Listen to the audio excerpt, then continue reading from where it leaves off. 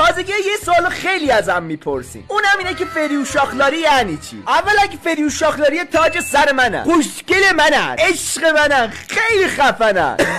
حالا جدی بخوایم بگیم فری که منم، اون دوشاخلاری. حالا فکر کن یکی ازت میپرسه اونا چرا اونجا وایسادن و من بخوام جواب این سوالو ترکی جواب بدم و اگه اون اشخاصو میشناسم باهاشون صمیمیم، میگم دوشاخلامızdı، یعنی بچهای خودمونن. خلاصه مطلب فریوشاخلاری خانواده منه و خیلی بهشون افتخار میکنم. حالا تو این ویدیو رو لایک کن و بنویس عضو فریوشاخلاری اصلی یا نه. بوس بهتون. چی میشد اگه میتونستیم بریم توی مابا؟ امروز میخوایم ببینیم توی این مابا چه شکلیه. اول از همه گست، برو بریم. اوه قلبش، پس گست اینجوری فایربال پرت میکنه.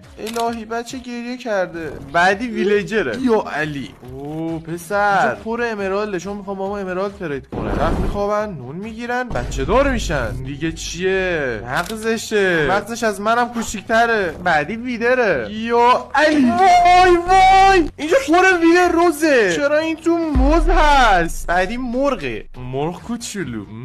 یا علی چرا رفتم تو دهنش؟ دندوناشو نگاه کن. مغزش از ویلیجر بزرگتره. بعدی توی خودمه. آقا برو بریم. یا علی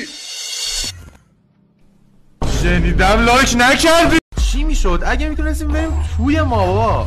امروز میخوایم ببینیم توی این مابا چه شکلیه. اول از همه گست، برو بریم. اوه قلبش، پس گست اینجوری فایربال پرت میکنه.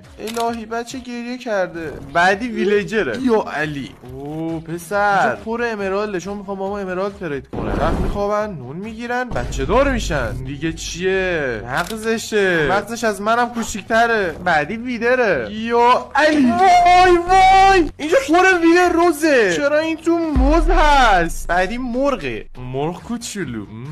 یا علی چرا رفتم تو دهنش؟ دندوناشو نگاه کن. مغزش از ویلیجر بزرگتره. بعدی توی خودمه. آقا برو بریم. یا علی